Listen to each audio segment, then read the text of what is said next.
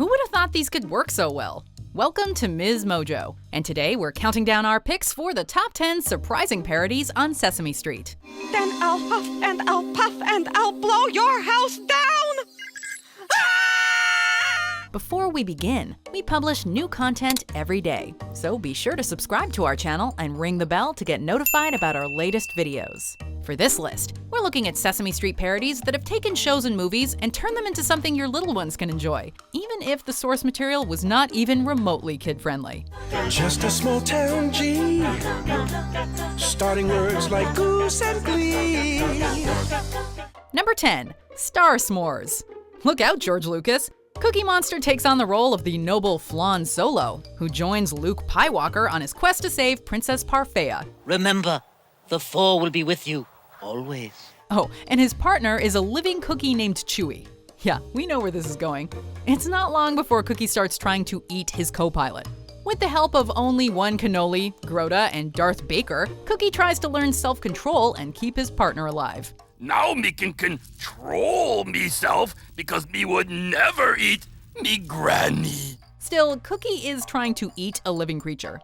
That is a pretty shocking turn for a Sesame Street parody. You can't eat your partner! Number 9, Sharing Things. Stranger Things is the kind of show you should watch after the kiddos are in bed. Some of the show's spooky storylines are not suited for younger audiences. Yet Sesame Street found a way to turn the show into a lesson about sharing. Hey! I was gonna share that! Cookie Monster is once again the main star of this parody, playing a monster that wants to eat all the candy he can find. I think that's the Cookie Gorgon! Throughout the parody, Sesame Street makes light of the bizarre situations that take place, dismissing their strangeness as normal encounters. The kids may be paying attention to Cookie's goofiness and the lesson of sharing, but we'll be laughing at the many references packed into the skit. Oh boy. Number 8, Orange is the New Snack. These girls are doing some hard time learning about healthy snacks. Piper Snackman is the newest prisoner. Student at Litchfield Litchfield Academy. Nailed it. Time for snack! Our snack monitor Red will pass out the cookies! Shortly after her arrival, Piper makes the unfortunate discovery that the only snack her peers eat are cookies. Say, where is Cookie Monster in all of this? Despite getting teased for her healthy snack, she manages to get them hooked on oranges. Oranges for everybody! It's an incredibly silly take on Orange is the New Black, with crazy eyes becoming googly eyes and the shoe being a literal shoe. At least the young ones won't know what we're really laughing at. This is delicious. So juicy and sweet. I love this snack. For that, you get time out in the shoe. The shoe? What? Number 7, Sons of Poetry. These guys are not your typical outlaw biker gang. I need a word that ends in the same sound as blue. When a young man fails to find a word that rhymes in his poem, the Sons of Poetry come in to save the day. Roses are red, violets are blue, sugar is sweet, and I love my shoe. The problem is, none of the rhyming words they suggest make any sense within the poem's context. You'd think the answer might be quite obvious.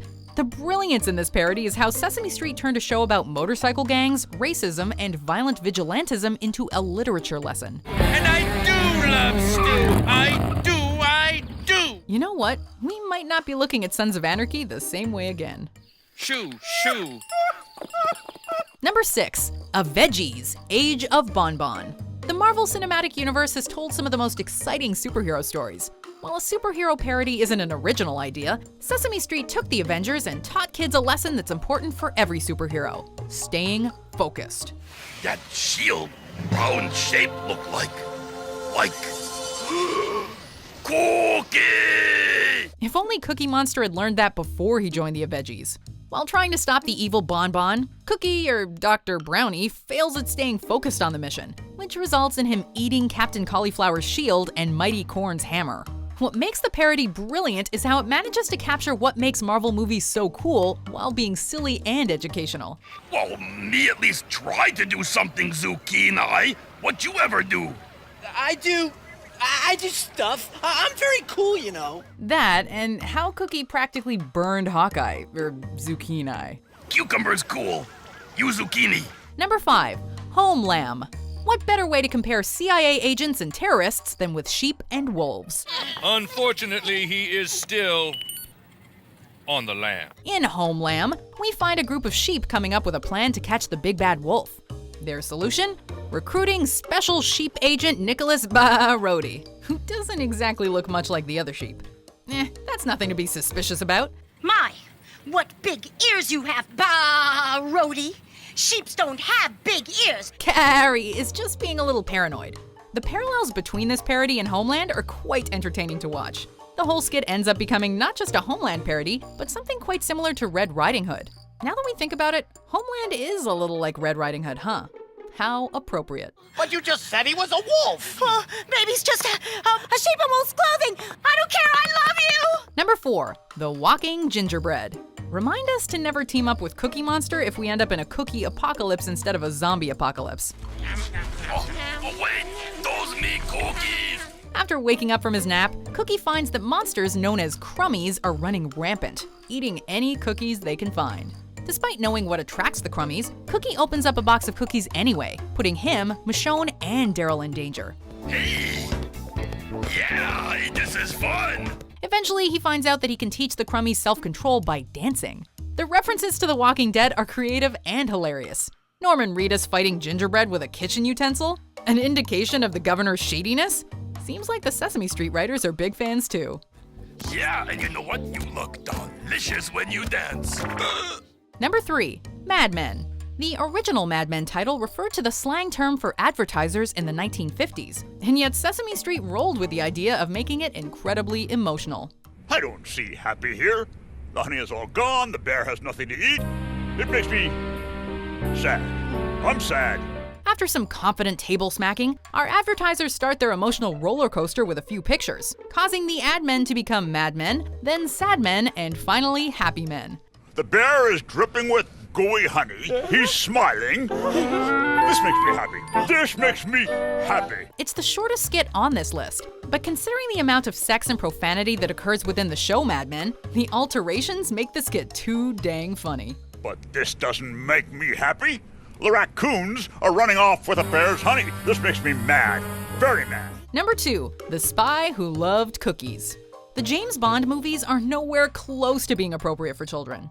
With gunfights, sexual innuendo, and intense action scenes, they're just not kiddie entertainment. That's why we had James Bond Jr., folks. Leave it to Sesame Street to wipe away the mature content and bring a lesson about paying attention. When the crowned cookies are in danger of getting drenched in milk, Double Stuffed 7 must find a way to break into Ladyfinger's hideout. Push the green button after you push the blue button.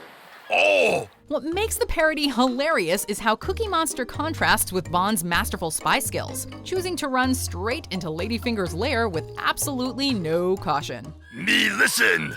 Me remember! We say Cookie for the next 007. Before we unveil our number 1 pick, here are some honorable mentions. Omagrosa, Swampy? Yeah? Scram, you're fired.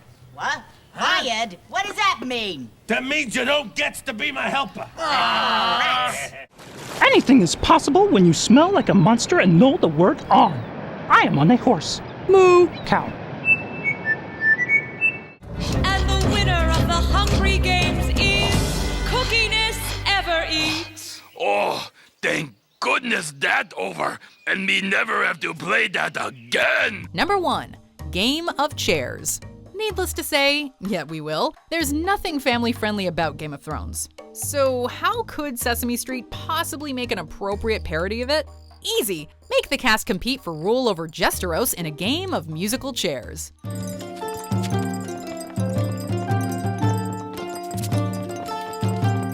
With Grover as their musical accompaniment, the cast dances around thrones made of paddles, golf clubs, and bats.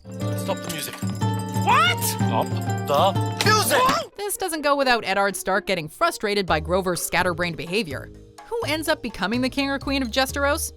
The answer may shock you, or just entertain you. You're the new king. I cannot think of a more horrible ending than this. From the caricatures to the overall concept, this is easily one of Sesame Street's funniest skits. And bring a sweater! I think winter is coming! Do you agree with our picks? Check out these other great clips from MsMojo, and be sure to subscribe and ring the bell to be notified about our latest videos.